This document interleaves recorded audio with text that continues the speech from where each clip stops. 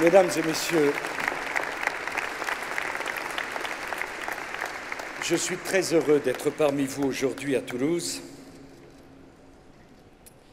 Et vous comprendrez certainement que mes premiers mots soient pour Vincent Delory, qui travaillait au sein de Capgemini, à Basso-Cambo. Certains d'entre vous ici le connaissaient. Il a été lâchement assassiné samedi dernier par des terroristes fanatisés au Niger, avec son ami d'enfance. Il n'avait que 25 ans. Je tiens à exprimer ma sympathie envers ses collègues de travail et tous ceux qui ont eu la chance de le côtoyer ici, en Haute-Garonne, et qui, je le sais, ont été bouleversés par cette fin si brutale et si tragique. J'ai souhaité venir au sein de l'usine d'assemblage de l'A380 pour adresser mes vœux aux forces économiques, car Airbus représente pour la France et pour l'Europe un triple symbole. Airbus, c'est d'abord le succès d'un grand projet.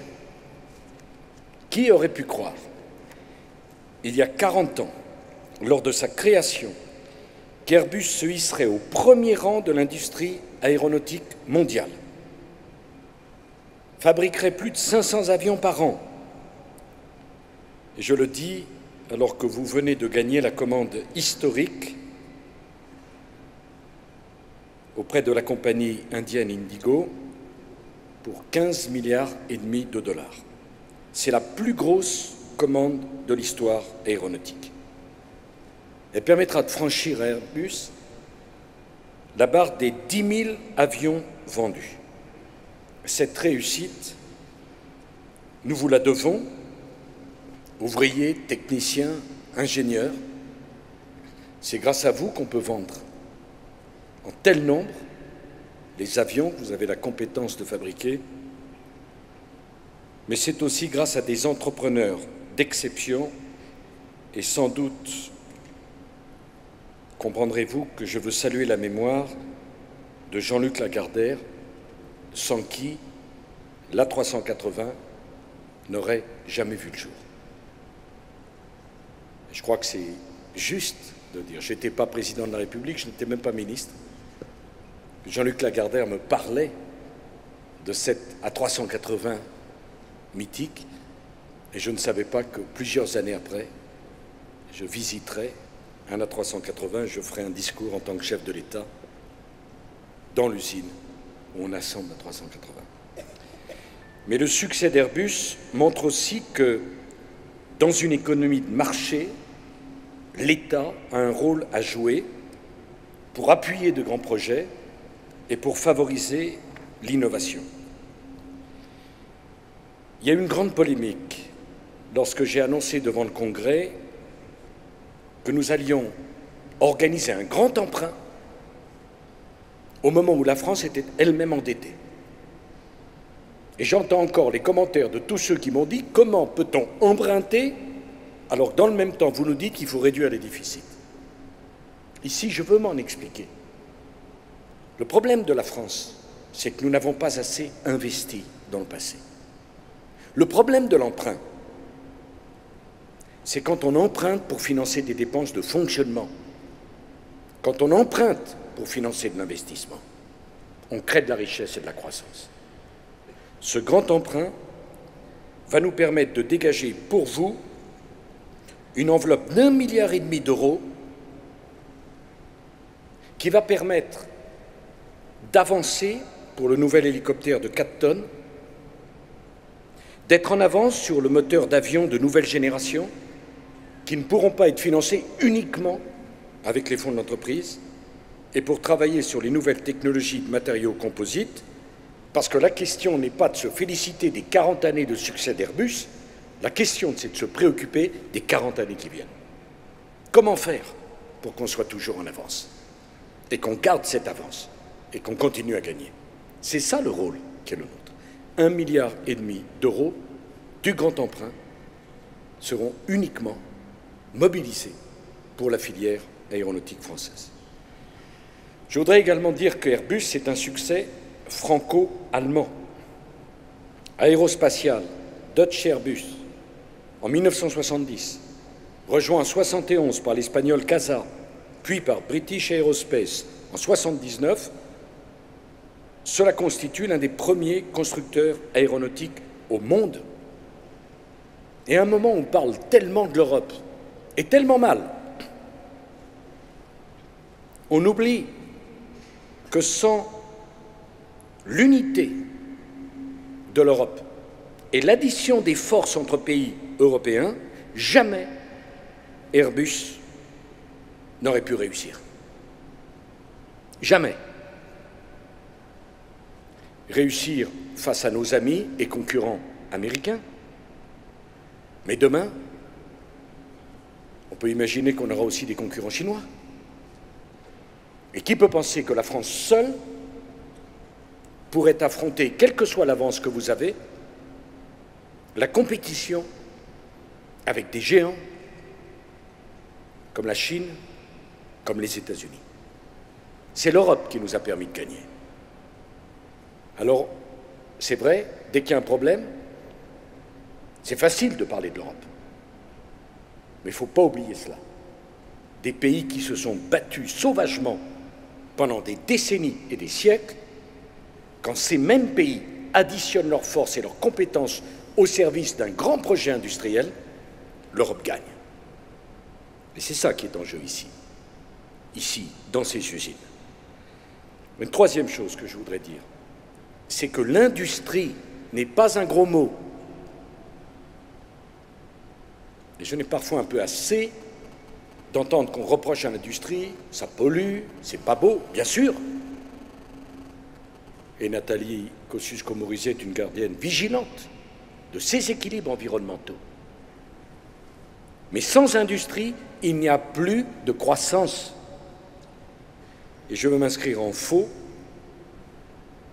avec ceux qui disent on doit choisir les services, car l'industrie, c'est du passé. Ceux qui ont sacrifié leur industrie ont vu leurs services s'en aller. C'est ça la réalité. L'industrie est une priorité de l'action du gouvernement depuis 3 ans et demi. Aucun pays ne pourra s'en sortir sans une industrie forte. Et on peut parfaitement avoir une industrie forte et des préoccupations environnementales lourdes. Mais le jour où dans vos régions, il n'y a plus d'industrie, où iront travailler vos enfants? Et le jour où dans vos régions, il n'y a plus d'industrie, à qui les entrepreneurs de services iront-ils vendre leurs services? Car l'industrie est la première consommatrice des services. Bien sûr, il faut des jardins, des espaces verts. Naturellement, il faut qu'on sache construire proprement. Mais la France doit rester une terre de production. Et ça se joue ici, à Toulouse, avec l'aéronautique, mais ça se joue à Saint-Nazaire, avec les constructions de bateaux. Et combien je suis heureux que le chantier de Saint-Nazaire ait un carnet de commandes qui se remplit. Mais je vois que tous ceux qui me disent qu'on n'aurait pas dû vendre des Mistral aux Russes, qui sont nos amis, je pense qu'eux-mêmes auraient bien aimé les vendre et les fabriquer. Mais on doit rester aussi un pays qui construit des TGV. Et c'est pour ça que je me suis tellement battu pour qu'Alstom vive. Et on doit continuer à construire des voitures. Et c'est pour ça qu'en plein milieu de la crise, nous avons fait le plan de soutien à l'industrie automobile. Et je le dis à nos amis allemands, la façon dont ils ont défendu leur industrie est un exemple. Et moi, je souhaite pour la France de suivre les exemples qui gagnent, pas les exemples qui perdent. Et c'est une conviction extrêmement profonde. Alors, 2011, nous devons, me semble-t-il, renforcer notre intégration économique européenne et améliorer la compétitivité de notre économie. Bien sûr qu'il y a des souffrances, des injustices et des choses qui ne vont pas. Mais j'aimerais, mes chers compatriotes, qu'on regarde les chiffres tels qu'ils sont. parce qu'il ne faut pas être d'un optimisme béat, mais la sinistrose ne permet à aucun pays de s'en sortir non plus. Il y a un an, au moment où je présentais mes vœux, tous les prévisionnistes envisageaient une croissance atone. Les plus optimistes disaient, il y a un an, pour la France, tout juste 1%. Les plus optimistes. La Commission européenne était à 0,2% de prévision. Notre croissance de l'année dernière sera supérieure à 1,5. Ce n'est pas suffisant, mais ça n'a rien à voir avec ce qui a été prévu. Les mêmes anticipaient une flambée du chômage. 2010, nous avons les chiffres sur les 3 premiers trimestres. L'économie française a recommencé à créer des emplois, 75 000 emplois. C'est insuffisant. Notre population active augmente de 100 000 chaque année, ce qui est une chance. Mais on est loin des prévisions des Cassandres.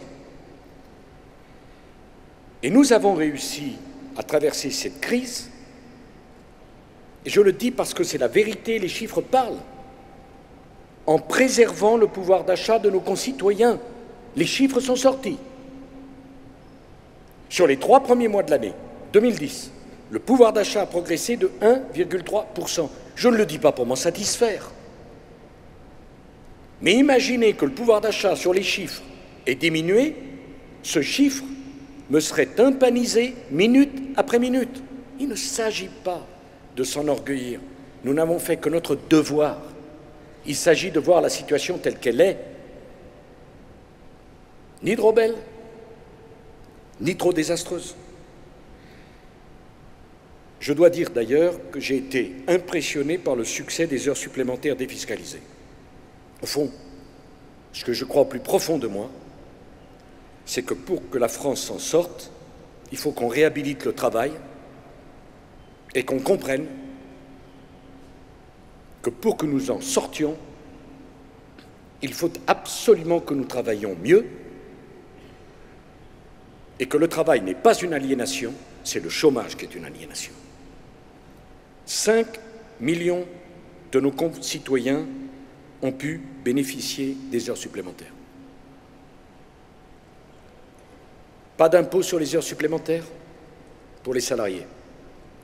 Pas de cotisation pour les entreprises. Il faut absolument que la France comprenne qu'on ne peut pas travailler moins dans un monde qui avance à une vitesse stupéfiante. Il faut absolument que l'on comprenne qu'on améliorera le pouvoir d'achat des salariés qu'en faisant une seule chose, en leur donnant des emplois et en leur permettant de travailler davantage. Alors la vérité, c'est qu'il y a des souffrances, il y a des difficultés, et il y a une profonde aspiration à davantage de justice. Je le sais. Et comment voudriez-vous que je ne le sache pas? Tous les jours, on me le rappelle. Mais qu'est-ce que l'aspiration à la justice? Parlons-en. C'est que celui qui travaille ait la juste rémunération de son travail. Pas qu'on distribue des allocations, qu'on multiplie des assistanats, alors que nous n'avons pas les moyens, avec les déficits qui sont les nôtres, de le faire. Qu'on laisse travailler ceux qui veulent travailler, qu'on libère les forces de croissance, que vos enfants aient une bonne formation et que demain ils puissent trouver un emploi dans la région qui est la vôtre. C'est ça l'aspiration à la justice. À partir de ce moment, il faut absolument que nous développions notre compétitivité. Les épreuves ne nous ont pas été épargnées en 2010. Indépendamment de la crise mondiale de 2009, nous avons eu la crise européenne avec successivement la Grèce, l'Irlande, le Portugal. Je voudrais dire un mot de l'Europe. L'euro est une grande réussite européenne, c'est une force et c'est une protection. J'entends certains dire qu'il faut renoncer à l'euro et sortir de l'euro. Ce serait une folie. La France seule ne pourrait pas résister aux pressions du monde. Imaginez que nous allons emprunter cette année pour financer des déficits qui ont 35 ans d'ancienneté, 180 milliards d'euros. Grâce à l'euro, nous empruntons à 3%, un peu plus. Au début des années 90, nous empruntions à 10%. Qui peut penser que seul on va résister? Et qui peut imaginer la gravité des conséquences d'un démantèlement de l'euro qui entraînerait immédiatement un démantèlement de l'Europe? Alors bien sûr, l'Europe ne va pas assez vite. Bien sûr, c'est compliqué. Rendez-vous compte, nous sommes 27 pays, 17 dans la zone euro, 17 gouvernements, des intérêts nationaux parfois divergents. Et malgré tout, on a pu sauver la Grèce, on a pu sauver l'Irlande, on a pu mettre en place un dispositif périn pour protéger les pays européens de quoi? De la spéculation. Ça a fonctionné, ce n'était pas si simple. Maintenant, il convient de passer à l'étape supérieure, celle de 2011. La première leçon que j'en tire, c'est l'impératif de rétablissement des comptes publics français. Mesdames et messieurs, ce n'est pas une question d'idéologie. Ce n'est pas une question de gauche ou de droite, de majorité ou d'opposition. La situation est simple. Nous présentons depuis 35 ans un budget en déficit. Nous augmentons nos dépenses et dans le même temps, nous avons expliqué aux Français qu'on pouvait augmenter les dépenses et partir à la retraite à 60 ans et travailler moins en faisant les 35 heures. Comment voulez-vous que ça fonctionne? Ce n'est pas une question d'idéologie, c'est juste une question de bon sens. Moi, je pense profondément que les Français n'ont pas envie que la France connaisse la situation que connaissent un certain nombre de nos partenaires européens. En se demandant en début de chaque semaine, est-ce que le pays va pouvoir payer ses échéances? Si la France veut être indépendante, la France doit réduire ses dépenses, réduire ses déficits et rembourser une partie de son endettement. Il n'y a pas d'autre choix. Et si la France a été préservée, c'est justement parce que nous mettons en place cette politique. 6% de déficit en 2011, 3% en 2013, mais je souhaite qu'on aille plus loin et que nous nous fixions une règle constitutionnelle qui fixera un objectif de retour à l'équilibre de nos finances publiques. Et je souhaite que cette règle soit adoptée par la droite comme par la gauche. Parce que les alternances démocratiques feront que chacun, un jour ou l'autre, aura la responsabilité du gouvernement. Qui osera dire aux Français qu'il n'est pas d'accord avec l'objectif de retour à l'équilibre de nos finances publiques? Qui? Et ça dépasse de beaucoup mon mandat, les idées des uns et des autres. C'est simplement quelque chose qui a trait à la responsabilité vis-à-vis des générations futures et à l'amour que l'on a pour son pays. J'ajoute que notre dépense publique représente aujourd'hui la moitié de la richesse produite. Certains me disent qu'il n'y a qu'à augmenter les impôts. J'aimerais qu'on m'explique comment on peut augmenter les impôts sur les entreprises et continuer à vendre des avions comme vous y arrivez. Ou comment on peut continuer à augmenter les impôts, 8 points de prélèvement supplémentaires en plus que nos amis allemands, et préserver le pouvoir d'achat. Il n'y a pas d'autre solution que celle de réduire les dépenses publiques. J'ajoute que la croissance naît du travail. En réduisant le travail, on réduit la croissance. En augmentant le travail, on augmente la croissance.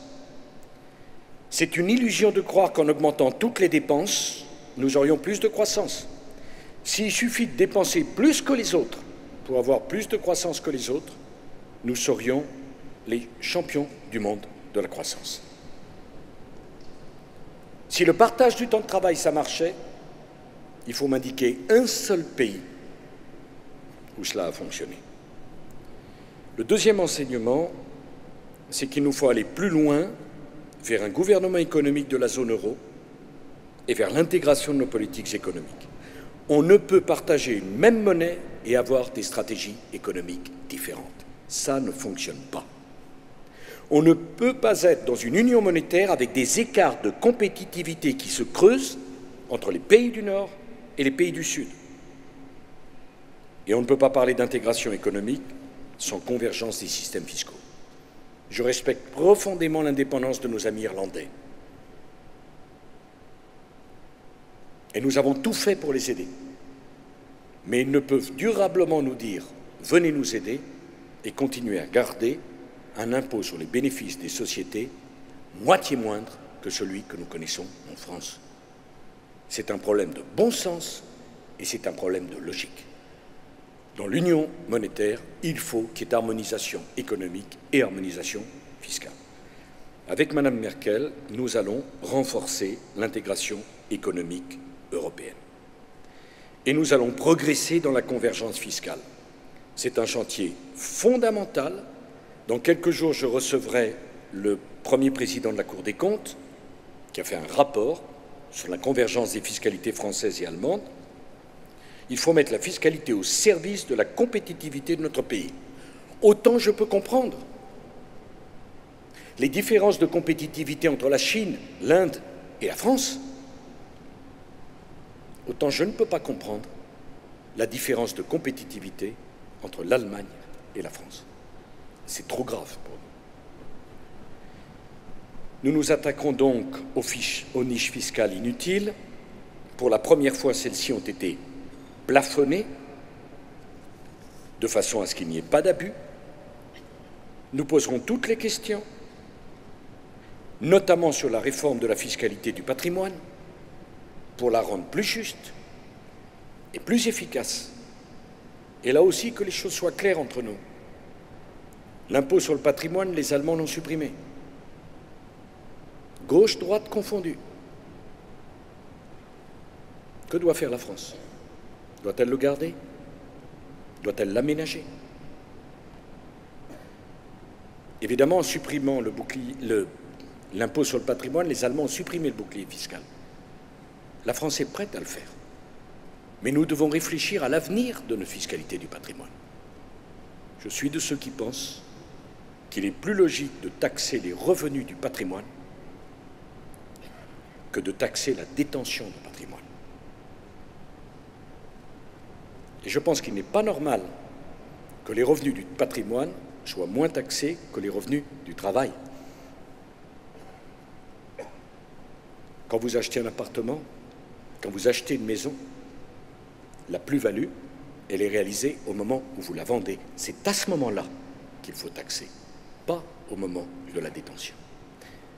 François Baroin, Christine Lagarde conduiront avec le Premier ministre une réflexion sur le sujet. Et là encore, ce que je souhaite, c'est que chacun aborde cette réflexion avec un souci. Comment rendre notre économie, notre pays plus compétitif? Pas d'idéologie, pas de posture, pas de position de principe. Simplement les faits. Comment éviter les délocalisations? Comment faire que ceux qui travaillent puissent profiter des revenus de leur travail? Comment attirer de la richesse chez nous pour développer de la croissance? C'est cela que nous essaierons de faire. Enfin, la crise de l'euro. Ici, dans cette magnifique entreprise, quand l'euro augmente de 0,1 point, votre entreprise, ça lui coûte 1 milliard d'euros. Comment demander aux ouvriers, aux techniciens, aux ingénieurs d'être plus compétitifs et de voir que cette compétitivité tombe parce qu'il y a un système de dumping monétaire. Autant je défends avec force l'euro, autant je me battrai pour que la parité de l'euro permette aux entreprises européennes d'être performantes dans la compétition. Et en tant que présidence du G20, la France poursuit l'ambition de rénover le système monétaire international. Je peux dire la même chose sur la régulation du prix des matières premières. qui est une nécessité absolue, sinon nous connaîtrons des émeutes de la faim. Mesdames et messieurs, la crise que nous avons vécue a accéléré les mutations de l'économie. Aujourd'hui, nous assistons à l'affirmation de nouvelles puissances, Chine, Inde, Brésil, et ces pays veulent leur part de la richesse économique, et c'est normal. Aujourd'hui, l'économie de la Chine représente entre un quart et un tiers de celle des États-Unis. Dans 10 ans, l'économie de la Chine représentera les 2 tiers de l'économie américaine. Et déjà la Chine a dépassé le Japon comme 2e puissance mondiale. La peur n'est pas une stratégie. Mais qu'est-ce qu'on fait face à cette réalité? Il y a 50, 60 ans, un siècle, les dirigeants de notre pays étaient assurés que notre pays resterait dans la première division des grands pays. Aujourd'hui, personne n'est assuré de garder sa place. Et dans cet environnement, nous ne pouvons pas nous permettre le luxe de l'immobilisme. Ce n'est pas une question de tempérament chez moi. C'est simplement la conscience que la France ne peut pas se permettre de prendre du retard. Le monde évolue à une vitesse stupéfiante. Si nous voulons garder nos emplois et si nous voulons demain que nos jeunes aient des emplois, si nous voulons préserver notre modèle social, nous devons garder notre rang de 5e économie du monde. Pour y parvenir, il faut rompre absolument avec la dévalorisation du travail. Détaxation des heures supplémentaires, fin des 35 heures. Là encore, ce n'est pas une question d'idéologie. Les 35 heures, ce n'est pas la peine qu'on s'oppose sur cette question. Si un seul autre pays au monde avait fait ce choix, nous aurions pu le faire. Mais quand les autres faisaient le choix de travailler plus, nous, au début des années 2000, nous avons fait le choix des 35 heures. Qu'est-ce qui s'est passé? Délocalisation, perte d'emploi, augmentation du chômage et des salaires qui n'augmentent pas, ce qui est logique. Quand vous passez de 39 à 35 heures, comment vous pouvez expliquer aux gens qu'ils vont gagner davantage? On ne peut pas bâtir la croissance d'une économie en travaillant moins. Je ne suis pas un obsédé du travail. Je dis simplement, regardons, que veulent les familles françaises? Un emploi pour elles, un emploi pour leurs enfants. Que voulez-vous? Que Toulouse, que la Haute-Garonne, que le Midi-Pyrénées gardent des emplois et qu'arrête cette hémorragie qui voit des entreprises qui étaient chez nous partir ailleurs parce que les impôts ils sont moins élevés et parce que les gens sont formés comme nous, mais travaillent davantage. Depuis que je suis président de la République, j'ai fait un choix dont je comprends qu'il peut être difficile. Je n'ai pas donné une seule fois un coup de pouce au SMIC. Pourquoi? Parce que chaque fois qu'on donnait ce coup de pouce, on éloignait de l'entreprise et de l'emploi certains de nos compatriotes dont les formations n'étaient pas suffisantes. Et quand j'ai vu les chiffres, la population active au SMIC est passée de 12,9% à 9,8%. On avait l'impression que quand on donnait un coup de pouce au SMIC, on avait résolu le problème de tous les salariés français. Non! On avait pénalisé 90% des salariés français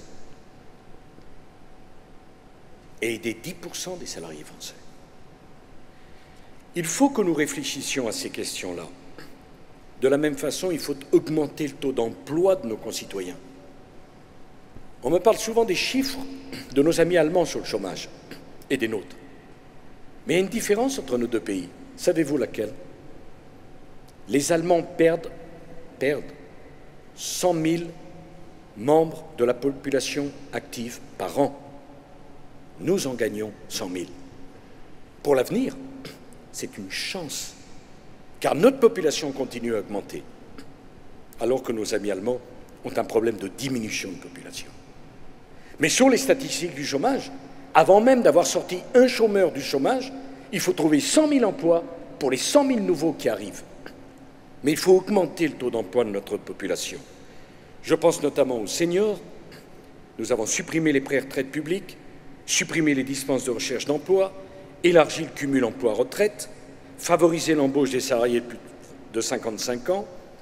Et c'est une excellente nouvelle, le taux d'emploi des 55-59 ans, depuis 2007, a augmenté de 4 points.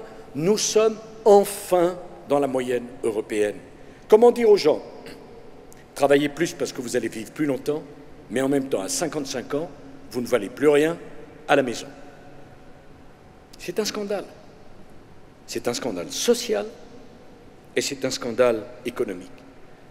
Quant à ceux qui disent que quand un quinquagénaire part à la retraite, ça crée un emploi pour un jeune, ils nient la réalité des choses. Nous étions pendant des années le pays d'Europe qui avons le moins de 55 ans au travail et le plus de jeunes au chômage.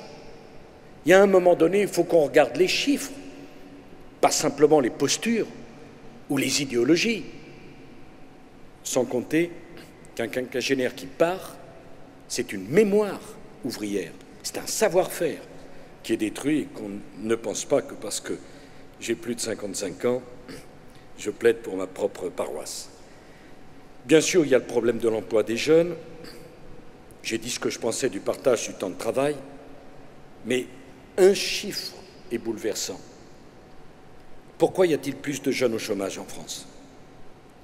Parce qu'un tiers des jeunes de 16 à 20 ans est en alternance. 2 tiers des jeunes Allemands sont en alternance. Vous entendez? 2 tiers des jeunes Allemands sont en alternance, 1 tiers des jeunes Français sont en alternance. La voie à suivre est simple. Il faut mettre l'essentiel de nos ressources sur le développement de l'alternance. Et mon pari, c'est que les familles préfèrent que leurs jeunes aient une formation dans l'alternance où ils ont la certitude d'avoir un emploi et un salaire, plutôt que l'obsession de la formation théorique où ils n'ont aucune certitude d'avoir un emploi. Il faut qu'on change nos schémas de pensée. Si l'on veut que nos jeunes aient un emploi, c'est l'alternance qui est la seule solution. Enfin, nous allons poursuivre les réformes. On a supprimé la taxe professionnelle. On a mobilisé le FSI, Fonds souverain à la française. On a mobilisé les moyens les plus importants pour OSEO, financer les pôles de compétitivité, augmenter le nombre des entrepreneurs. Le statut de l'auto-entrepreneur est un succès. Rendez-vous compte, sur les 11 premiers mois de 2010, 577 000 nouvelles entreprises, 1,5 million, ont été créées en France. C'est une augmentation de 14% par rapport à 2009. 600 000 auto-entrepreneurs. Là encore, ce n'est pas une question d'idéologie, mais donner la chance à des gens qui se sont trouvés au chômage de créer leur petite statut, leur petite entreprise.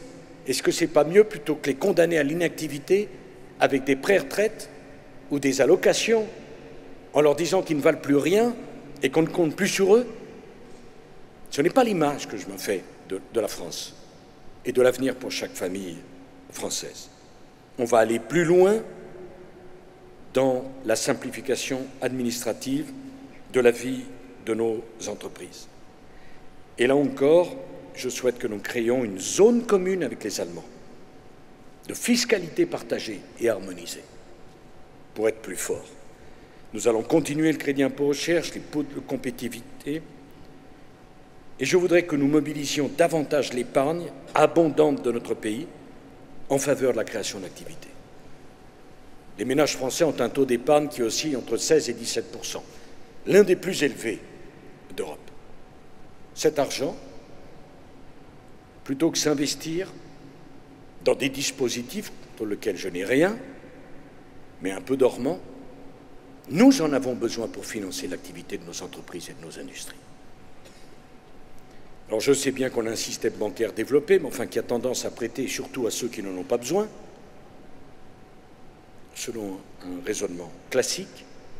Il me semble qu'il nous faut inventer de nouveaux produits, je le dis au ministre, pour orienter cette épargne vers l'industrie, vers les capacités de production.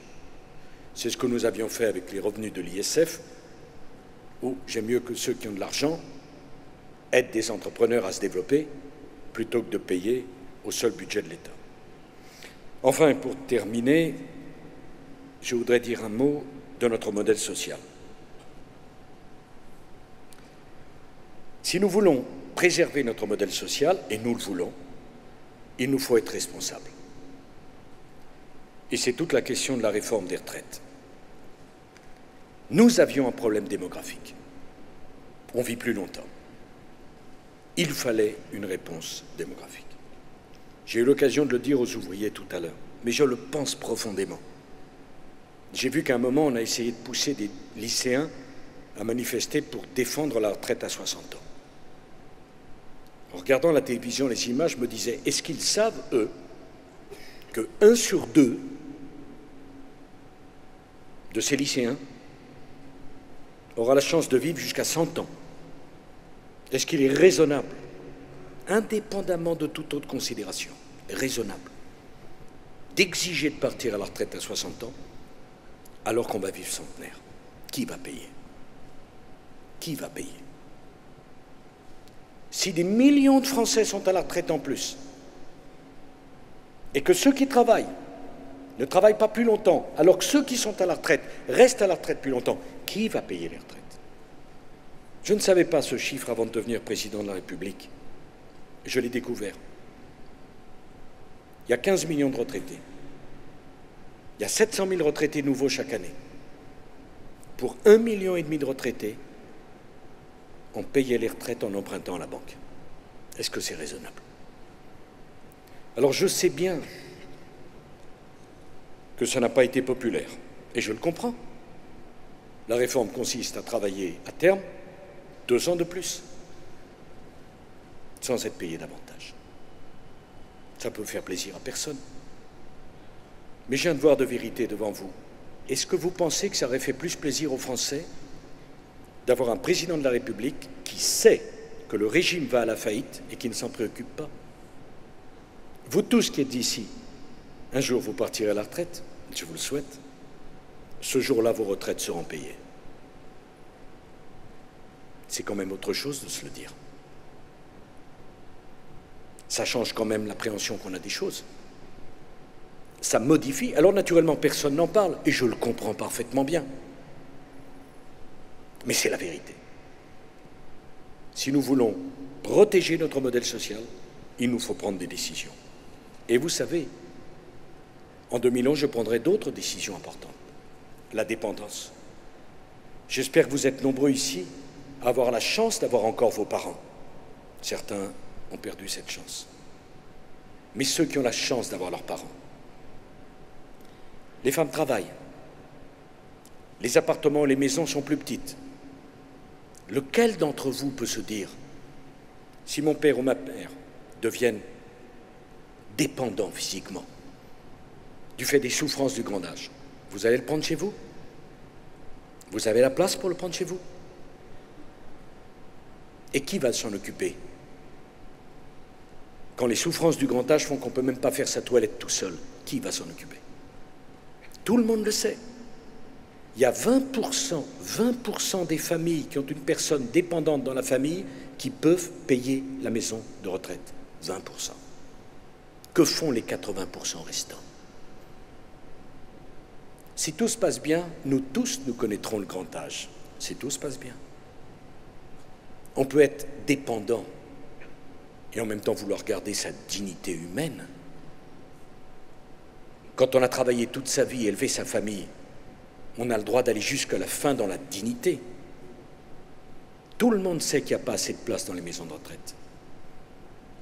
Tout le monde sait que quand quelqu'un veut rester à domicile, il n'y a pas assez de personnes pour s'en occuper. Et tout le monde sait qu'il faut trouver de nouveaux financements pour cela. Vous savez, mesdames et messieurs, c'est pas moi. C'est une réalité quoi qu'il arrive. Alors qu'est-ce qu'on fait? On attend? On laisse pour les autres? On dort tranquille? On fait l'autruche? Ou on prend les décisions? Eh bien, pour moi, c'est clair. On prend les décisions. Bien sûr que ce n'est pas facile. Si ça l'était, ça aurait été déjà réglé depuis longtemps. Et je vous rassure, les dossiers qui arrivent sur mon bureau, c'est jamais facile. Mais on prend les décisions. Et donc on les prendra en 2011. Voilà, mesdames et messieurs, ce que je voulais vous dire. Réhabiliter le travail, moderniser nos universités, financer nos pôles d'excellence, libérer nos initiatives, renforcer la compétitivité de nos entreprises. Il n'y a pas d'autre solution pour la France. J'aimerais qu'il y en ait des plus faciles. J'aimerais pouvoir vous dire, travaillez encore moins, vous gagnerez plus et la France s'en sortira. Mais il y a un moment où le pays doit faire des choix. Et ces choix-là, mon devoir, c'est de les porter. Et quand je vois la magnifique réussite de votre entreprise, je me dis qu'il faut croire en la France, croire en son industrie, croire en ses ouvriers, en ses ingénieurs, en ses cadres. Nous ne sommes pas condamnés au déclin. Mais les recettes qui marchent, les stratégies qui réussissent, on les connaît. Réhabiliter le travail, améliorer notre compétitivité, réduire nos dépenses publiques et faire en sorte que chacun puisse s'y retrouver. Mesdames et messieurs, permettez-moi de vous dire que cette année qui commence dans votre région, dans votre ville, dans vos usines, c'est une année heureuse pour moi.